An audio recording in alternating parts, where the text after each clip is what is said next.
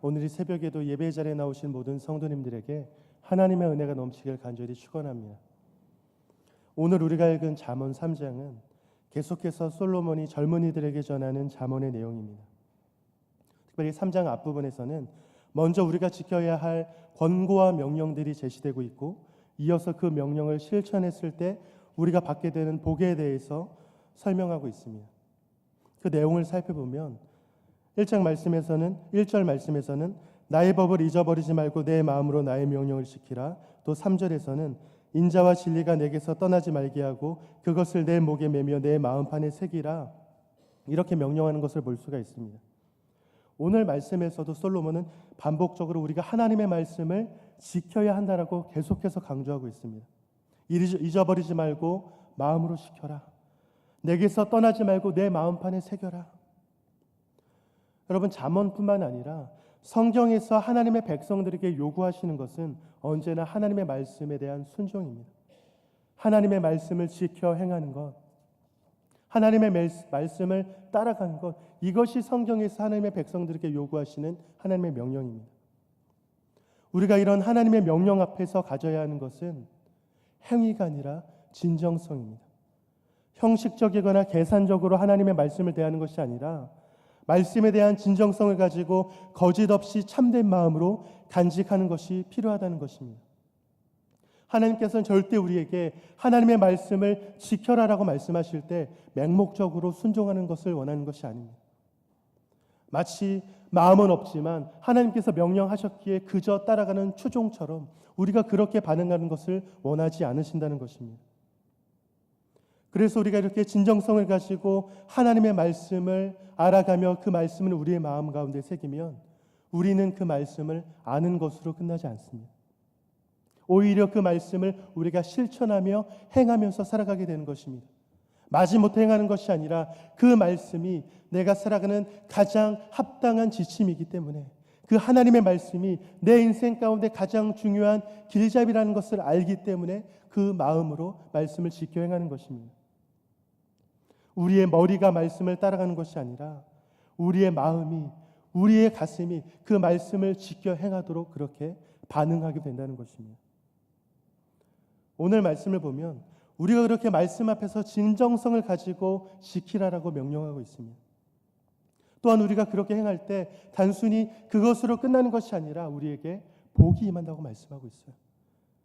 어떤 복입니까? 2절 말씀에서는 장수와 평강을 주시겠다고 말씀하고 있고, 또 4절에서는 하나님과 사람 앞에서 은총과 귀중히 여김을 받게 된다, 이렇게 말씀하고 있습니다. 이처럼 하나님의 말씀은 우리로 하여금 이 땅 가운데서 생명을 누리게 할 뿐만이 아니라 우리를 영원한 삶으로 인도할 것입니다. 또한 하나님의 말씀은 날마다 우리에게 평강을 베풀어 주실 것입니다. 그리고 우리로 하여금 하나님과 사람 앞에서 은총과 귀중히 여김을 받게 하는 길로 우리를 인도할 것입니다. 이것이 하나님의 말씀을 통해 우리가 받게 되는 복 가운데 하나라는 것입니다. 오늘 이 시간 이 잠언 말씀을 통해서 우리가 깨닫기 원하는 것은 우리가 정말 하나님의 말씀 앞에서 이렇게 진정성을 가지고 반응하고 있는지 우리의 삶을 되돌아보기를 소망합니다. 간절히 바라기는 하나님의 말씀 앞에서 진정성 있게 반응하고 그 말씀을 지켜 행하는 삶을 통하여 우리가 하나님의 놀라운 복을 경험하는 성도 여러분들이 되시기를 간절히 축원합니다. 이어서 5절과 6절 말씀은요, 우리가 지켜야 할 핵심적인 명령에 대해서 말씀하고 있는데요, 우리 5절과 6절 말씀 함께 읽겠습니다. 시작. 너는 마음을 다하여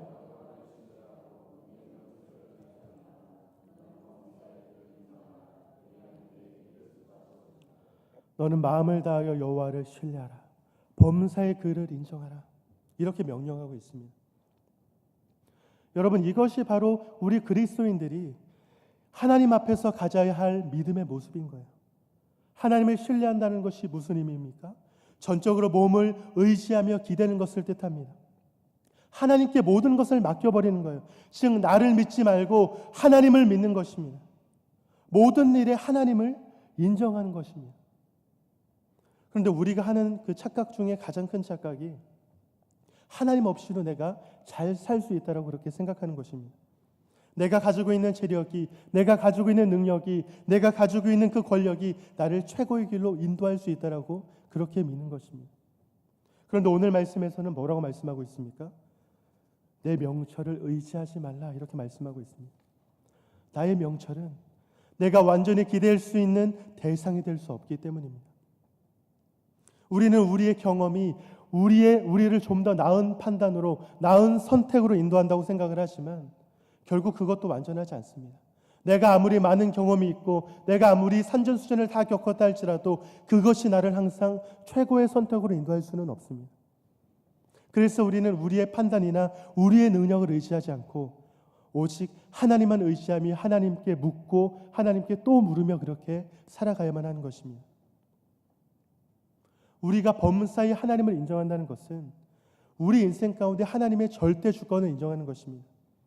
내 인생이 내가 원하는 대로 이루어지지 않는다 할지라도 내 인생의 흥망성쇠는 나에게 달린 것이 아니라, 내 노력에 달린 것이 아니라 하나님께 달려있다는 것을 믿음으로 고백하는 삶입니다. 그래서 7절 말씀처럼 스스로를 지혜롭게 여기지 말고 나보다 하나님께서 더 지혜로우심을 인정하는 것, 나의 선택보다 하나님의 선택이 더 위대하다는 것을 인정하는 것, 바로 이것이 이 땅을 살아가는 그리스도인들이 보여야 할 삶의 모습인 것입니다. 사랑하는 성도 여러분, 하나님을 믿는다고 고백하는 사람은 너무나 많습니다. 이 땅에 있는 수많은 그리스도인들 가운데 하나님을 믿는다고 고백하는 사람은 너무나 많아요. 하지만 범사에 하나님을 인정하며 하나님께 맡겨드리는 사람은 많지 않습니다. 여전히 우리는 우리의 문제 앞에서, 우리의 인생 앞에서 내가 어떻게든 그 문제를 바꿔보려고, 내가 어떻게든 그 인생을 한번 해보려고 노력하는 그 마음이 우리 가운데 있기 때문입니다. 오늘 이 시간 우리 가운데 그런 마음이 있다면 모두 내려놓기를 소망합니다. 지금 우리에게 필요한 것은 내 삶을 바꾸기 위한 어떤 노력이나 방법이 아니라 오직 마음을 다하여 여호와 하나님만을 신뢰하는 것이며 범사의 하나님만을 인정하는 것입니다. 오늘 이 시간 이 땅을 살아가는 우리에게 어떤 문제가 있을 수 있고 어려움이 있을 수 있습니다. 그런 삶을 살아간다 할지라도 그 인생의 문제 앞에서 하나님만을 신뢰하며 범사의 하나님만을 인정하는 성도 여러분들이 되시기를 간절히 축원합니다. 이어서 13절 말씀부터 계속해서 보다 보면 지혜를 얻는 자의 복에 대해서 말씀하고 있는데요. 13절에서 지혜와 명철을 얻는 자는 복이 있다고 말씀을 하면서 14절과 15절에서는 지혜의 가치가 어떠한가에 대해서 우리에게 전해주고 있습니다. 우리 14절과 15절 말씀 함께 읽겠습니다. 이는 지혜를 얻는 것이 은을 얻는 것보다 낫고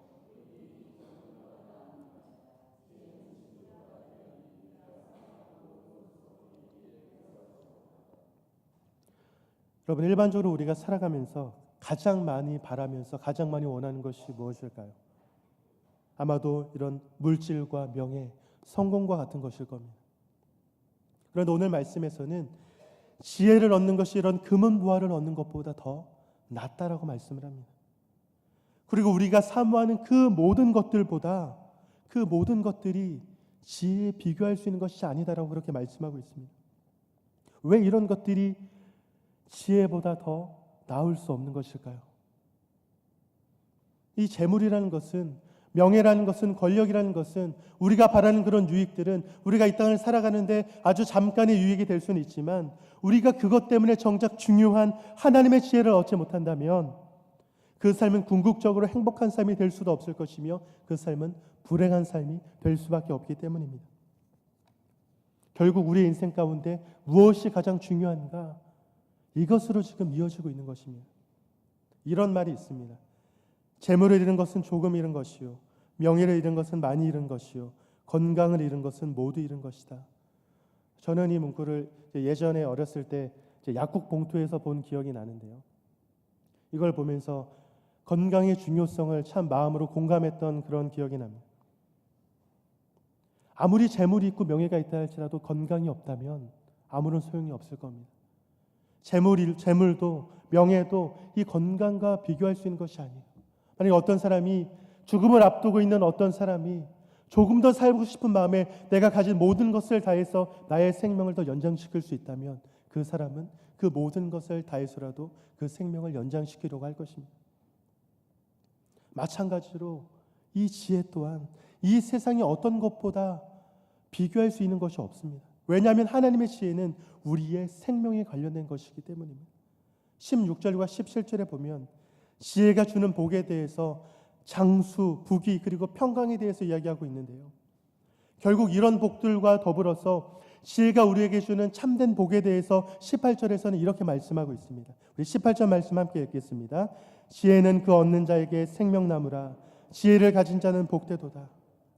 사랑하는 성도 여러분, 우리가 추구해야 할 참된 지혜는 바로 하나님의 지혜이며 하나님의 말씀입니다. 그 지혜가 우리를 생명길로 인도할 수 있는 거예요. 우리가 하나님의 지혜 가운데 거할 때에 우리는 영원한 생명을 누리게 될 것이며, 그래서 우리가 추구해야 할 가장 중요하고 가치 있는 것이 바로 하나님의 지혜인 것입니다. 그런데 우리가 이것을 깨닫지 못하고 우리가 가치 있다고 여기는 재물과 명예와 권세와 같은 세상적인 것을 바라보다가 정작 우리가 가장 가치 있게 여겨야 할 하나님의 지혜를 얻지 못하고 그 지혜를 깨닫지 못한다면 그 인생은 얼마나 비참한 인생일까요? 이 세상 가운데 하나님의 지혜보다 더 중요한 것은 없습니다. 만약 우리가 가진 것들 가운데 내가 꼭 하나만 가져야 한다면 그것은 비교할 수 없이 가장 중요한 하나님의 지혜일 것입니다.